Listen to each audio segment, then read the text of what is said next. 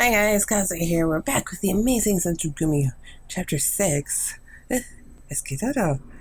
And that last chapter was just wow. I still don't know what to think about that one. He kind of lost his mind a little bit, I think. Anyway, let's go on with this chapter. Chapter 6. You hate me that much. Oh, and don't forget, of course, to vote for who you want to see us to play with next. Day next. Live with next, I guess would be more accurate. Alright, let's go.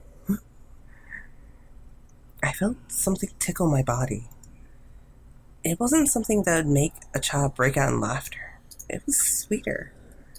I slowly woke up. The last thing I remembered was the city on fire. That and Heisuke's disappointed voice. Up until now, what have I been doing? The strange tickling feeling continued. It was like it was aiming for the soft parts of my body. It was pecking me. Huh? I panicked and opened my eyes. I could see the roof of the base. I looked down at my body and saw myself lying on a futon. The blanket that covered me was moving a lot. I had a bad feeling and took the blanket off. I don't think I want to know what's under my blanket. Huh? Did you notice me, Anri? You think? Heisuke was under the blanket. My pajamas were loose, and I was naked for the most part. You're not wearing much yourself, are you?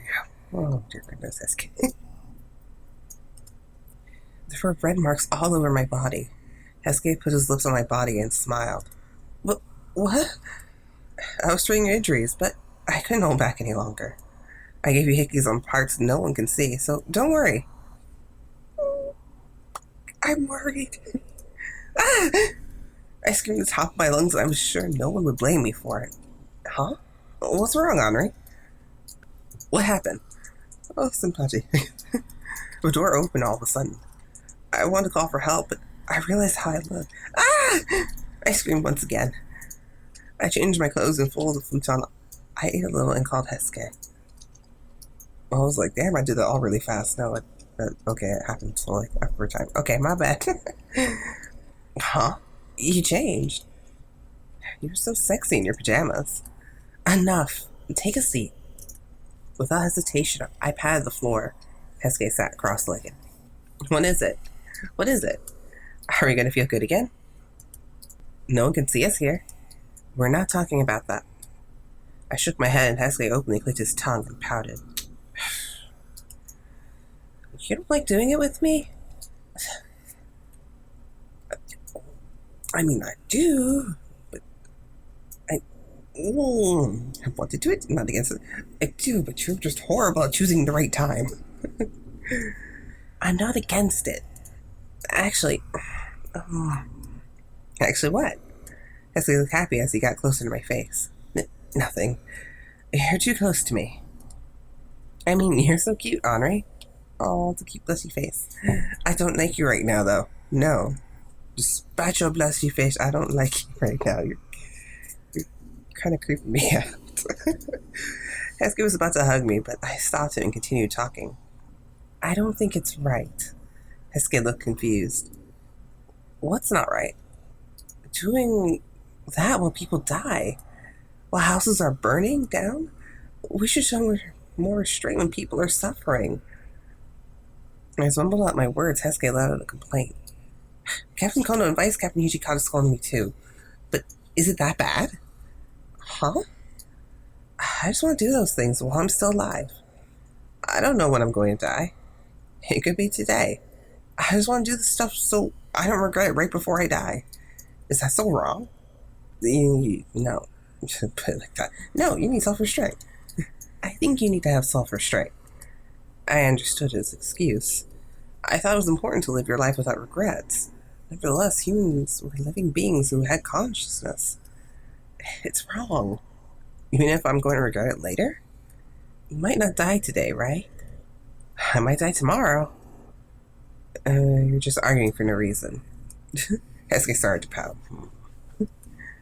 Why does everyone think about those complicated things? I love what I love. I want to do things I want to do. Is that so wrong? There are a lot of things that are wrong. Hasuke stared at me. He suddenly came closer to me. But still, you're cute when you're seriously like that. I felt his weight on my lips. I was surprised and turned away, and Hasuke pushed me down. My back hit the floor. Stop. Don't run away from me, Anri. I struggled and strongly pushed Hasuke away. Hasuke tried to pin me down with force. I twisted my body and tumbled on the floor. I shouted to try and get away. You don't understand at all, Hasuke. Why are you so against it? Are you mad? Hasuke was confused and tried to pin me down again. I just want to kick your butt right now. Our legs tangled and he pushed my shoulders down. He didn't want me to escape. No, stop it! You don't understand anything at all. I punched his cheek as hard as I could. Hasuke was surprised. He was blinking in astonishment. Why? You hate me that much? I don't hate you. But I don't want to do this. Then what do you want to do? All you do is tell me no. I sighed. Oh, dear God. Like, it's like, really? Think, boy, think, come on. I sighed. I was also tired of trying to explain myself. I didn't know what to say. I fixed my kimono and stood up. I'm going shopping. But I'll come with you. I want to go alone. I felt bad for Hasuke as he felt hopeless. But I couldn't be sure he wouldn't do something while we walked down this road. It would be like taking an animal whose mating season was all year round. He's forever in heat. That was how dangerous he was. Dinner will be your favorite. Grilled fish. Hasuke finally smiled. Kyoto was a cold city in the eyes of the Shinsengumi. It didn't matter that they drove the Chosu into a corner. They were the ones who started the fire. I heard it took 3 days to put the fire out. Of course, the Shinsengumi helped to stop the fire, but their sins didn't disappear. Are you going shopping? After what had happened this morning, Shinpachi must have felt guilty. Yeah, I'm buying ingredients for dinner. Don't say anything about the Shinsengumi. That's true. It's annoying, but they say rumors last for a long time.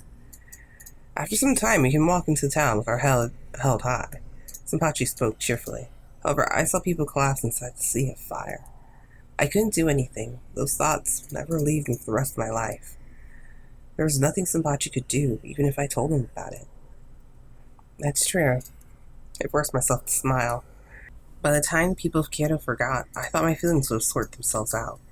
Well, I'm off. Okay, be safe. Shinpachi watched me as I went out shopping. No one knew my face, so shopping wouldn't be a problem. I brought some fresh summer vegetables, and I just needed to look at the fish. I suddenly saw pale blue jackets. Everyone became noisy. Uh-oh. I looked closely and saw Toshizo with a patrol group. Toshizo looked toward me. He knew what their reputation was like, so he quickly looked away. I'm a little sad, as I pondered about calling out to them. Oh, Anri!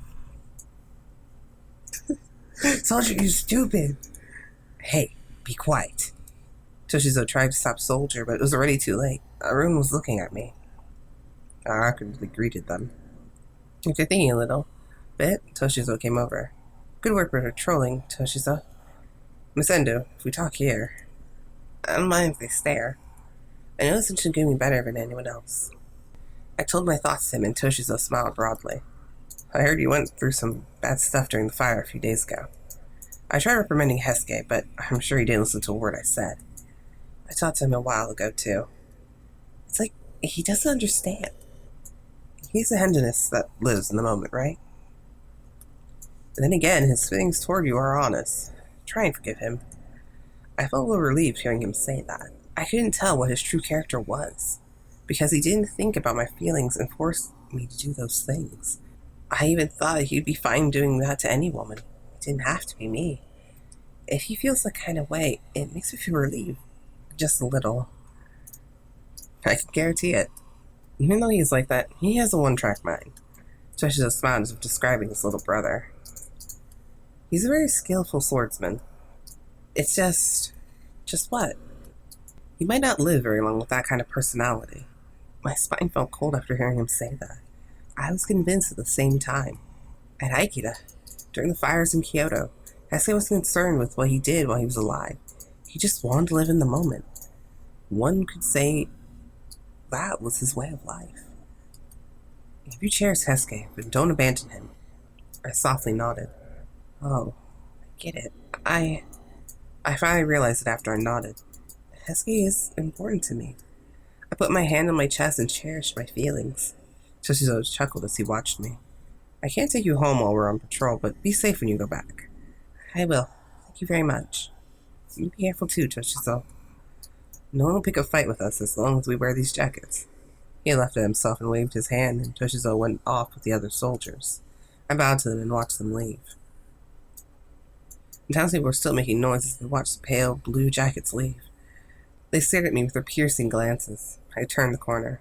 I'll show up at a different store today.